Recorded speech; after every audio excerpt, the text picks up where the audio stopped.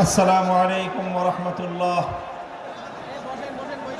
الحمد لله رب العالمين والصلاة والسلام على سيد الأنبياء والمرسلين وعلى آله وأصحابه أجمعين. أعوذ بالله من الشيطان الرجيم. بسم الله الرحمن الرحيم. الذين إن مكناهم في الأرض أقاموا الصلاة وآتوا الزكاة وأمروا بالمعروف ونهوا عن المنكر. صدق الله العظيم.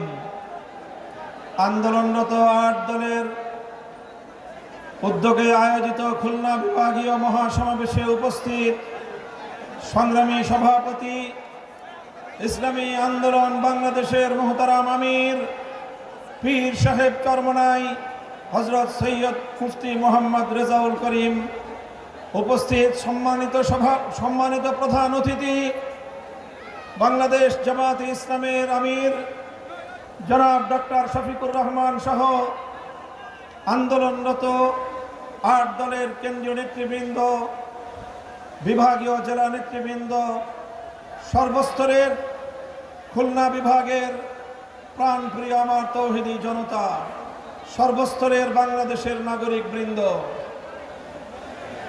আজ বাংলাদেশের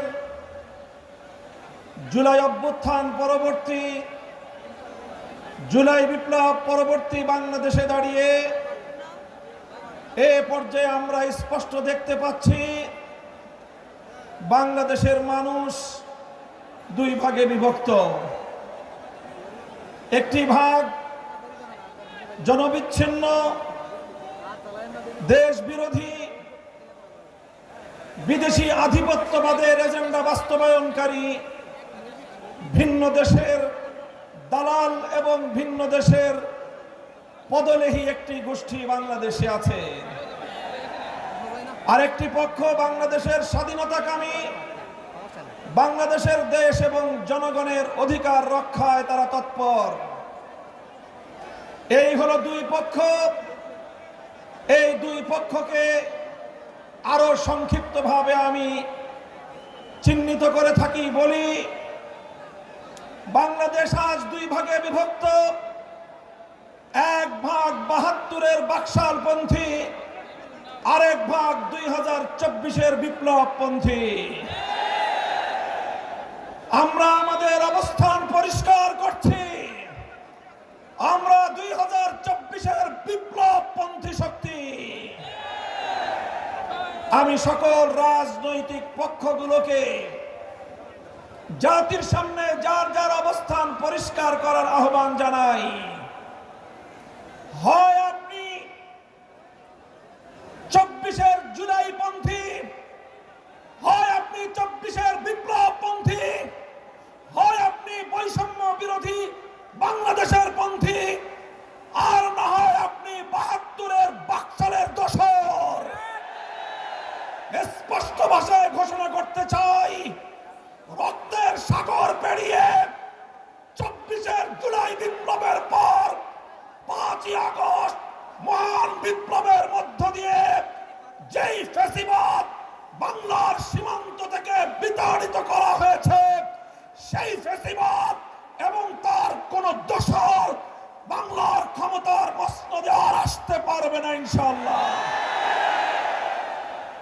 সংগ্রামী দেশবাসী, আমরা বলতে চাই, জুলাই সনদ স্বাক্ষরিত হয়েছে। জুলাই সনদের আইনি ভিত্তির জন্য আমরা ঐক্যবদ্ধ হয়েছিলাম। আমাদের সে ঐক্যের ভিত্তির উপর দাঁড়িয়ে জুলাই সনদের প্রাথমিকভাবে আইনি ভিত্তি কার্যকর হয়েছে, সরকারি আদেশ জারি হয়েছে। আমরা দাবি করেছিলাম জুলাই সনদকে চূড়ান্তভাবে আইনি ভিত্তি প্রদানের জন্য গণভোটের আয়োজন করতে হবে। বাংলার মানুষ সেই গণভোটের মাধ্যমে ইনশাআল্লাহ জুলাই সনদকে চূড়ান্তভাবে আইনি ভিত্তি প্রদান করবে। আমরা বলেছিলাম বাংলাদেশের ইতিহাসের এই তাৎপর্যপূর্ণ গণভোট সংসদ নির্বাচনের সঙ্গে প্রতীকের নির্বাচনের সঙ্গে একসাথে তালগোল পাকিয়ে এই গণভোটের মাহাত্ম্য নষ্ট করবেন না। আমরা বলেছিলাম এই জুলাই সনদের গণভোটকে আগামীর বাংলাদেশের মাইল ফলক হিসেবে প্রতিষ্ঠা করার জন্য আলাদাভাবে স্বতন্ত্রভাবে জাতীয় নির্বাচনের আগে গণভোটের আয়োজন করা হোক। কিন্তু আমরা দেখছি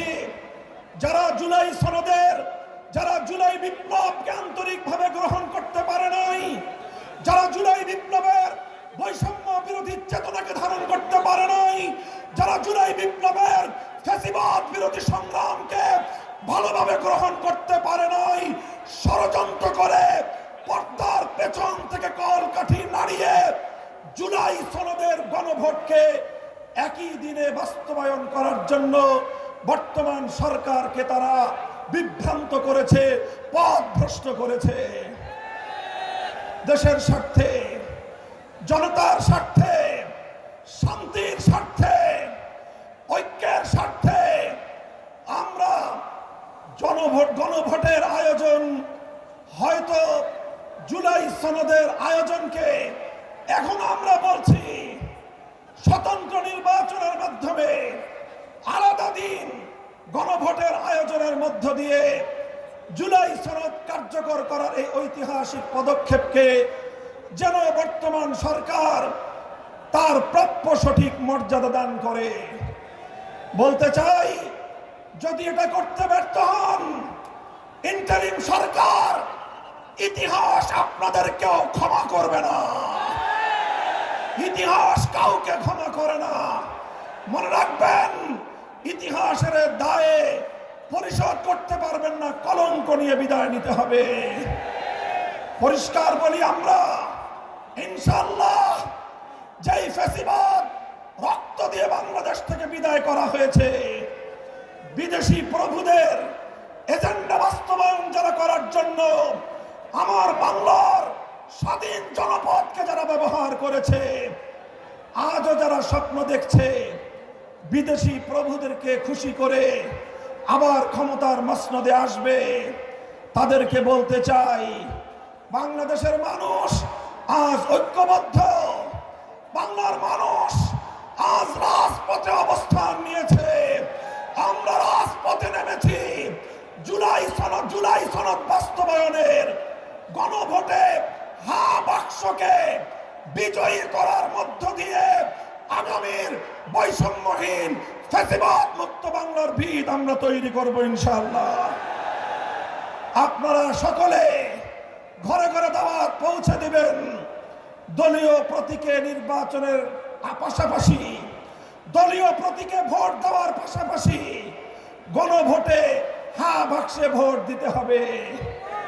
যদি কেউ এই গণভোটে না ভোটের ক্যাম্পেইন করেন, ধরে নেব আপনারাও ফ্যাসিবাদের দোসর।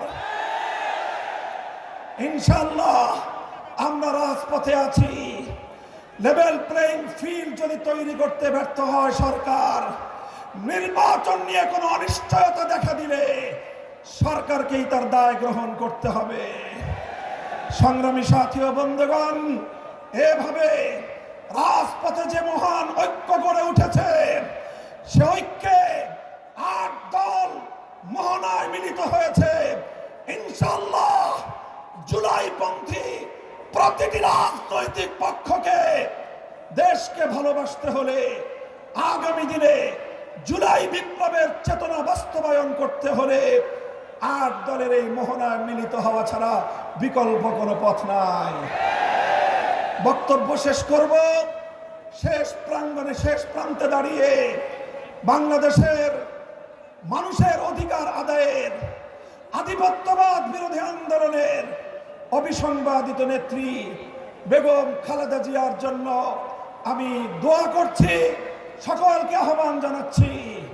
তার জন্য, তার দীর্ঘ হায়াতের জন্য, সুস্থতার জন্য আমরা দোয়া করব। দলীয় সংকীর্ণতার ঊর্ধ্বে উঠে দেশ এবং জাতিকে ভালোবাসতে চাই আমরা। আমাদেরকে বিরোধী পক্ষে ঠেলে দিয়ে আমাদের সঙ্গে যদি কেউ বিরোধ তৈরি করতে আসেন, আমাদের শান্তিপ্রিয় চলার পথে যদি কেউ প্রতিবন্ধকতা তৈরি করতে আসেন, রাজপথে মোকাবেলা করব আমরা ইনশাআল্লাহ। এই প্রস্তুত থাকবেন তো? জীবন দিতে হলে জীবন দেব, রক্ত দিতে হলে রক্ত দেব। দেশ এবং জাতির প্রশ্নে কারো কাছে মাথা নত করব না, দেশের প্রশ্নে কোনো আপোষ করব না। মাথা নত করেছি একজনের কাছে। কার কাছে? ইনশাআল্লাহ আল্লাহর রহমতে আগামীর বাংলাদেশ হবে ইসলামের বাংলাদেশ। নাসরুম মিনাল্লাহি ওয়া ফাতহুন করিব।